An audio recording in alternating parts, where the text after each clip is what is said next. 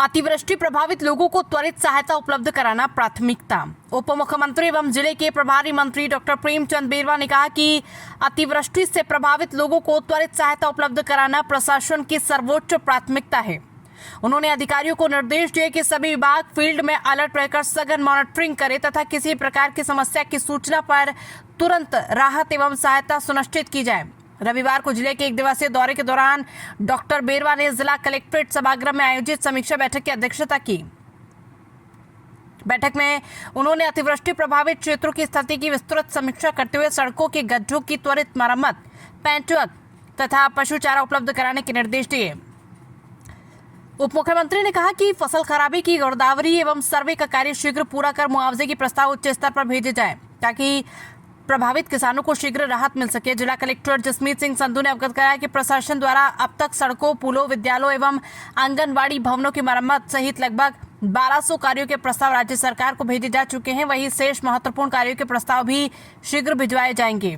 बैठक में डॉक्टर बेरवा ने राज्य सरकार के गाँव चलो अभियान, शहर चलो अभियान एवं सहकारिता सदस्यता अभियान की तैयारियों की भी समीक्षा की। उन्होंने निर्देश दिए कि इन अभियानों का व्यापक प्रचार प्रसार कर जन भागीदारी सुनिश्चित की जाए। जिले के पंचगौरव उत्पादों से संबंधित कार्यों की प्रगति की भी समीक्षा की गई। कलेक्टर ने बताया कि राज्य सरकार को वित्तीय सहायता हेतु प्रस्ताव भेजे गए हैं, जिसके बाद आवश्यक विकास कार्य कराए जाएंगे। बैठक के दौरान पुलिस अधीक्षक धर्मेंद्र सिंह, मंडलगढ़ विधायक गोपाल लाल खंडेलवाल, अतिरिक्त collector Om Prakash Mehra, ADM city प्रतिभा देवटिया, नगर विकास न्याय सचिव ललित गोयल, उपखंड अधिकारी अक्षत सिंह सहित विभिन्न विभागों के अधिकारी मौजूद रहे।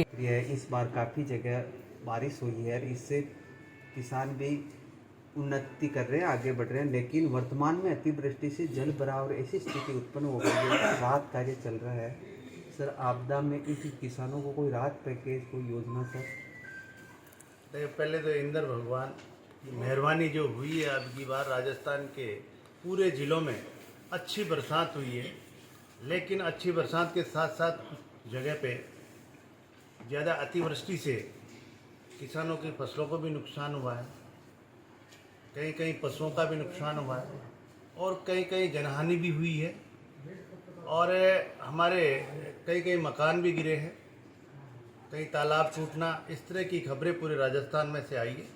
और इसको ध्यान में रखते हुए हमारे यशस्वी मुख्यमंत्री जी भजनलाल शर्मा जी ने विधानसभा का सेशन चल रहा था, जब भी सभी प्रभारी मंत्रियों को अपने अपने ज़िले में भेजकर और उनकी पूरी रिपोर्ट लेने के लिए भेजा है, क्योंकि जितना भी नुकसान हुआ है, जितने भी जो हानि हुई है, उसका सरकार उनको राहत देने के लिए जो भी नॉर्म्स है उसके अनुसार उनको राहत देने का काम करेगा। आपका क्या विचार ऐसा है, कोचिंग बिल आया नहीं, कोचिंग बिल पेश हो गया, पारित हो गया और हमारे जो बच्चे हैं वो आत्महत्या की तरफ जो बढ़ रहे थे, उनको रोकने के लिए और उनके अभिभावकों का सहयोग भी उसमें लिया है।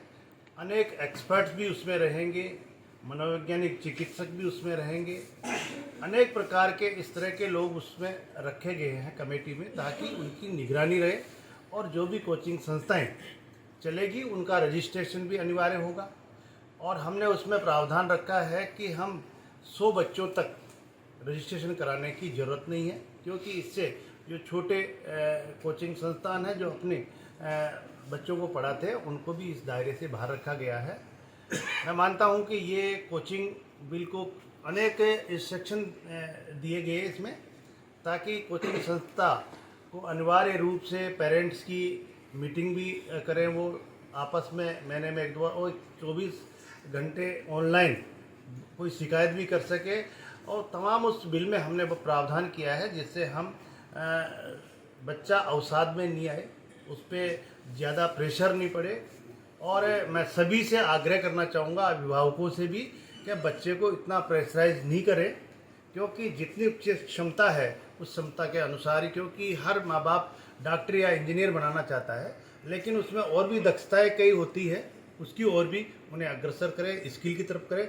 तो यही मैं कहना चाहूँगा कि जो कोचिंग बिल आया है इसमें हाई कोर्ट का भी, सुप्रीम कोर्ट का, हाई कोर्ट का भी हमारे को निर्देश है कि हम सब ये जो बच्चे अवसाद में आके जो आत्महत्याएँ करते हैं तो उनका हम कहीं न कहीं समाधान करें। इसके तहत ही हमारे यशस्वी मुख्यमंत्री भजनलाल शर्मा जी के निर्देशन पे ये कोचिंग बिल आया। कांग्रेस अभी भी मुख्यमंत्री जी और भारतीय जनता पार्टी एक संस्कारवान पार्टी है और एक विजन लेके काम करती है और राष्ट्र निर्माण के लिए राष्ट्रीय नीति तैयार करके काम करने वाली पार्टी है। इसमें जिस भी व्यक्ति को दायित्व दिया जाता है वो दायित्व अच्छी तरह से निभाता है। अब वो अपनी पार्टी की चिंता करे, हमारी पार्टी और हमारे लोगों की चिंता हम करें। ठीक है। भीलवाड़ा से संवाददाता विजय भारद्वाज की रिपोर्ट।